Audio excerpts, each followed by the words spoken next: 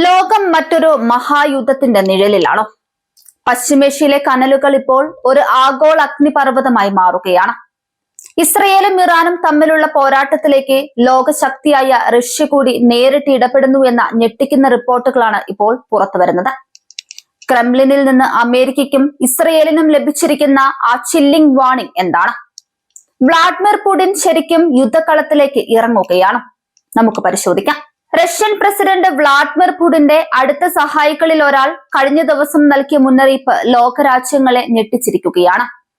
ഇറാനെതിരെ ഇനിയൊരു നീക്കമുണ്ടായാൽ അത് ഊഹിക്കാനാവാത്ത പ്രത്യാഘാതങ്ങൾ ഉണ്ടാക്കുമെന്നാണ് മോസ്കോ വ്യക്തമാക്കുന്നത്.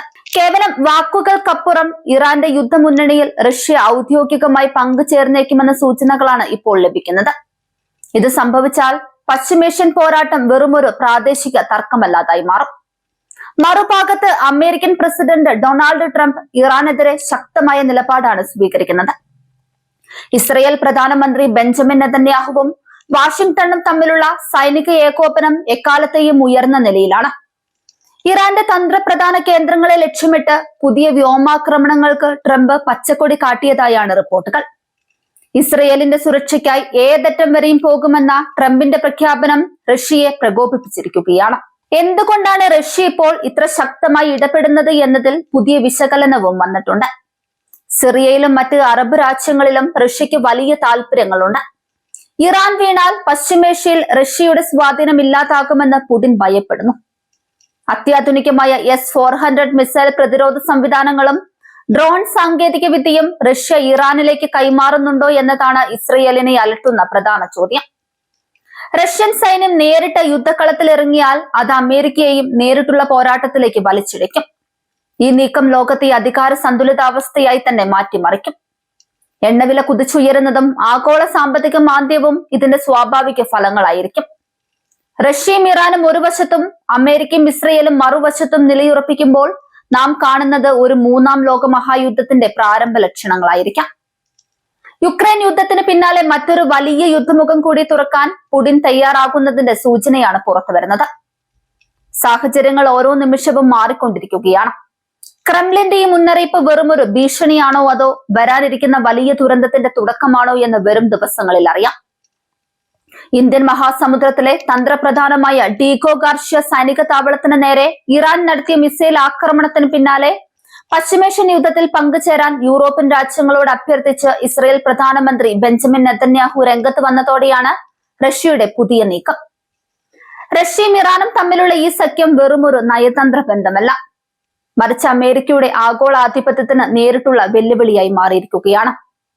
പശ്ചിമേഷ്യയിൽ ഇറാന്റെ സൈനിക ശക്തിയെ തകർക്കാൻ US-ഉം ഇസ്രയേലും സർവ്വശക്തിയും ഉപയോഗിച്ച് ശ്രമിക്കുമ്പോൾ അതിന് തടയിടാൻ റഷ്യയുടെ ആഗോള സ്വാധീനവും വീറ്റോ പവറും ഇറാൻ തന്ത്രപരമായി ഉപയോഗിക്കുന്നു.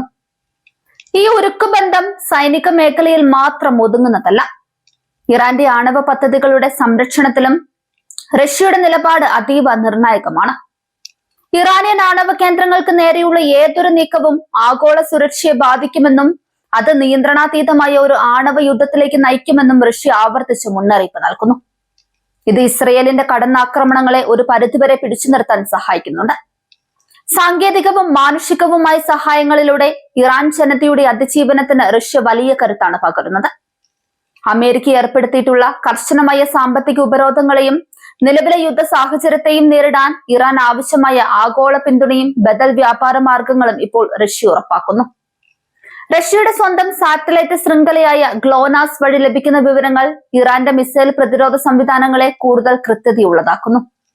കൂടാതെ ഇറാനിലെ ഊർജ്ജ മേഖലയിലും അടിസ്ഥാന സൗകര്യ വികസനത്തിലും റഷ്യ നടത്തുന്ന നിക്ഷേപങ്ങൾ യുദ്ധകാലത്തും ഇറാന്റെ സമ്പദ് വ്യവസ്ഥയെ തകരാതെ കാക്കുന്നു. ഈ ബന്ധം ലളിതമായ ഒരു സൗഹൃദമല്ല, മറിച്ച് ഏത് പ്രതിസന്ധിയിലും തകരാത്ത ഇരു രാജ്യങ്ങളുടെയും തന്ത്രപരമായ ആവശ്യങ്ങൾ ഒത്തുചേരുന്ന ശക്തമായ ഒരു പങ്കാളിത്തമാണ്.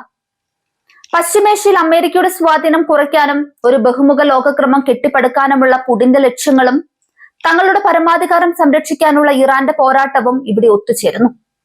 ഇറാന്റെ പുതിയ നേതൃത്വത്തിന് കീഴിൽ ഈ ബന്ധം കൂടുതൽ ആഴത്തിലുള്ള സൈനിക സഹകരണത്തിലേക്കും സംയുക്ത യുദ്ധാഭ്യാസങ്ങളിലേക്കും നീങ്ങുന്നത് വാഷിംഗ്ടണിനെ ശരിക്കും ആശങ്കപ്പെടുത്തുന്നുണ്ട്. ചുരുക്കത്തിൽ അമേരിക്കൻ വിരുദ്ധചേരിയുടെ കരുത്തുറ്റ രണ്ട് തൂണുകളായി റഷ്യയും ഇറാനും മാറിയിരിക്കുകയാണ്. ഈ യുദ്ധത്തിൽ ഇറാനും റഷ്യയും ഒന്നിച്ചു നിൽക്കുന്നത് രണ്ടാം ലോക മഹായുദ്ധത്തിന് ശേഷം രൂപപ്പെട്ട അമേരിക്കയുടെ ഏകധ്രുവ ലോകക്രമം എന്ന സങ്കല്പത്തെയാണ് പൂർണ്ണമായും തകിടം മറിക്കുന്നത്. പശ്ചിമേഷ്യയിൽ തങ്ങളുടെ താൽപര്യങ്ങൾ സംരക്ഷിക്കാനും പ്രാദേശികാധിപത്യം ഉറപ്പിക്കാനും ഇസ്രയേലിനെ ഒരു ചതുരംഗ പകർച്ചയായി ഉപയോഗിക്കുന്ന അമേരിക്കയ്ക്ക് റഷ്യയുടെ നേരിട്ടുള്ള സൈനിക നയതന്ത്ര ഇടപെടൽ വലിയ തലവേദനയാണ് സൃഷ്ടിക്കുന്നത്. വെറുമൊരു പ്രാദേശിക സംഘർഷം എന്നതിലുപരി വാഷിംഗ്ടണും റഷ്യയും തമ്മിലുള്ള ഒരു ആഗോള പ്രോക്സി യുദ്ധമായി ഇത് മാറിക്കഴിഞ്ഞു. ഹോർമുസ് കടലിടുക്കിന്റെ തന്ത്രപരമായ നിയന്ത്രണം മുതൽ അന്താരാഷ്ട്ര എണ്ണ വിപണിയിലെ വില നിർണയവും വ്യാപാര ഇടപാടുകളും വരെ ഈ സഖ്യം പുതിയ ഭൂരാഷ്ട്രീയ സമവാക്യങ്ങൾ സൃഷ്ടിക്കുന്നു. ലോകത്തിലെ ഏറ്റവും വലിയ ഊർജ്ജ വിതരണക്കാരായ റഷ്യയും ഇറാനും കൈകോർക്കുന്നത് ആഗോള സമ്പദ് വ്യവസ്ഥയുടെ നിയന്ത്രണം അമേരിക്കയുടെ കൈകളിൽ നിന്ന് വഴുതി പോകാൻ കാരണമാകുന്നു.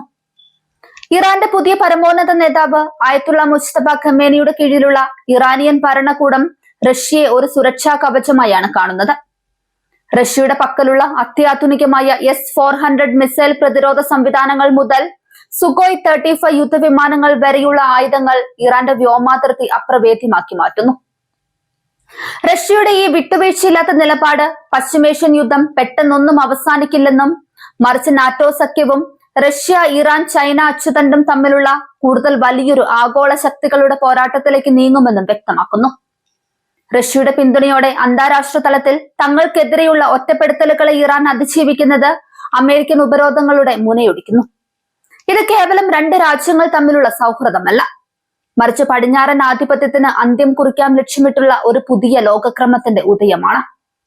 പശ്ചിമേഷ്യയിലെ ഓരോ സ്ഫോടനവും ഇപ്പോൾ മുഴങ്ങുന്നത് വാഷിംഗ്ടണിന്റെ അധികാര സിംഹാസനങ്ങൾക്ക് താഴെയാണ്. ഇപ്പോൾ ഈ യുദ്ധത്തിന്റെ കേന്ദ്രീകൃത വിഷയം ഹോർമുസ് കടലിടുക്കാണ്. ലോകത്തിലെ ഏറ്റവും പ്രധാനപ്പെട്ട എണ്ണ ഗതാഗത പാതകളിലൊന്നായ ഈ കടലിടുക്ക് സുരക്ഷിതമാക്കുന്നത് ആഗോള സാമ്പത്തികത്വത്തിനും ഊർജ്ജ സുരക്ഷയ്ക്കും നിർണായകമാണ്.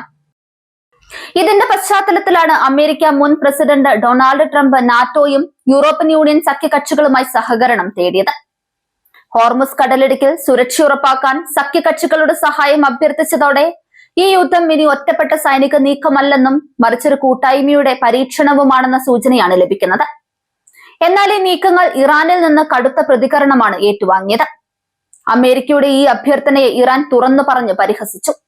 പ്രത്യേകിച്ച് ട്രംപ് മുൻപ് യൂറോപ്യൻ യൂണിയനെ ഭീഷണിപ്പെടുത്തിയതും പിന്നീട് അതേ കൂട്ടായ്മയോട് സഹായം അഭ്യർത്ഥിച്ചതുമാണ് ഇറാൻ ചൂണ്ടിക്കാണിച്ചത്.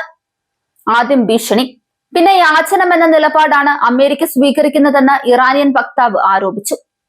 ഇറാന്റെ പ്രതികരണത്തിൽ ശ്രദ്ധേയമായ മറ്റൊരു ഘടകം ഗ്രീൻലാൻഡിനെ കുറിച്ചുള്ള പരാമർശമാണ്. നിങ്ങൾക്ക് നിങ്ങളുടെ ഗ്രീൻലാൻഡ് സംരക്ഷിക്കാൻ കഴിയുന്നില്ലെങ്കിൽ ഞങ്ങൾ സംരക്ഷിക്കാൻ തയ്യാറാണ് എന്ന ഇറാന്റെ പരാമർശം യുദ്ധം സൈനിക രംഗത്ത് മാത്രമല്ല, നയതന്ത്രപരമായ പരിഹാസങ്ങളുടെയും വാക്കുതർക്കങ്ങളുടെയും വേദിയിലും ശക്തമായി നടക്കുന്നതിന്റെ തെളിവാണ്. ഈ പ്രസ്താവനയിലൂടെ ഇറാൻ അമേരിക്കയുടെ രാഷ്ട്രീയ നിലപാടുകൾക്കെതിരെ ഒരു ശക്തമായ പ്രചാരണായുധം ഉപയോഗിച്ചിരിക്കുകയാണ്. ഗ്രീൻലാൻഡ് വിഷയത്തിൽ അമേരിക്കയും ഡെൻമാർക്കും തമ്മിലുള്ള സംഘർഷം ഇതിനകം തന്നെ വലിയ വിവാദങ്ങൾക്ക് വഴിവെച്ചിരുന്നു. 2026 തുടക്കത്തിൽ ഗ്രീൻലാൻഡ് അമേരിക്കയുടെ നിയന്ത്രണത്തിലാക്കാനുള്ള ട്രംപിന്റെ പരസ്യമായ അവകാശവാദങ്ങൾ അന്താരാഷ്ട്ര തലത്തിൽ വലിയ വിമർശനങ്ങൾക്കും ആശങ്കകൾക്കും ഇടയാക്കി. ഇതോടെ അമേരിക്ക ഡെൻമാർക്ക് ബന്ധം ചരിത്രപരമായ ഏറ്റവും താഴ്ന്ന നിലയിലേക്ക് പതിച്ചു. ഈ സാഹചര്യത്തിൽ ലോക സാമ്പത്തിക ഫോറത്തിന്റെ ദാവോസ് യോഗം ഒരു നിർണായക വഴിത്തിരിവായി മാറി. ജനുവരി 21 നടന്ന ഈ ഉന്നതതല ചർച്ചയിൽ നാറ്റോ പങ്കാളികളുമായി നയതന്ത്രപരമായ ആശയവിനിമയം തുടരാൻ ട്രംപ് സമ്മതിച്ചതോടെ സംഘർഷത്തിന്റെ തീവ്രത കുറയുന്നതിന്റെ സൂചനകൾ പ്രത്യക്ഷപ്പെട്ടു. യൂറോപ്യൻ രാജ്യങ്ങളും അമേരിക്കയും തമ്മിലുള്ള സംഭാഷണങ്ങൾ ഗ്രീൻലാൻഡ് വിഷയത്തിൽ ഒരു താൽക്കാലിക ശമനം സൃഷ്ടിച്ചു. എന്നിരുന്നാലും ഈ ശമനം സ്ഥിരതയുള്ളതല്ലെന്ന് ഡെൻമാർക്ക് വിദേശകാര്യമന്ത്രി മുന്നറിയിപ്പ് നൽകി. ഫെബ്രുവരി 7 നടത്തിയ പ്രസ്താവനയിൽ നിലവിലെ സ്ഥിതി മുമ്പത്തേക്കാൾ മെച്ചപ്പെട്ടതാണെങ്കിലും പ്രതിസന്ധി പൂർണ്ണമായും അവസാനിച്ചിട്ടില്ലെന്ന് അദ്ദേഹം വ്യക്തമാക്കി. നമ്മൾ പ്രതിസന്ധിയിൽ നിന്ന് മുക്തരായിട്ടില്ല എന്ന അദ്ദേഹത്തിന്റെ വാക്കുകൾ പ്രശ്നം ഇപ്പോഴും പരിഹാരമില്ലാതെ തുടരുന്നതിന്റെ സൂചനയാണ്. ഇവയെല്ലാം ചേർന്ന് നോക്കുമ്പോൾ ഇന്നത്തെ ലോകം നേരിടുന്ന സംഘർഷങ്ങൾ പരമ്പരാഗത യുദ്ധത്തിന്റെ അതിരുകൾ കടന്നുപോയിരിക്കുന്നു. സൈനിക ആക്രമണങ്ങൾ, സാമ്പത്തിക സമ്മർദ്ദങ്ങൾ, നയതന്ത്ര നീക്കങ്ങൾ, വിവരയുദ്ധം ഇവയെല്ലാം ചേർന്നാണ് ഇന്നത്തെ യുദ്ധത്തിന്റെ രൂപം നിർവചിക്കപ്പെടുന്നത്. ഹോർമുസ് കടലിടുക്കിലെ സുരക്ഷ മുതൽ ഗ്രീൻലാൻഡിന്റെ ഭാവി വരെ ലോകത്തിന്റെ വിവിധ ഭാഗങ്ങളിൽ നടക്കുന്ന സംഭവങ്ങൾ പരസ്പരം ബന്ധപ്പെട്ടവയാണ്.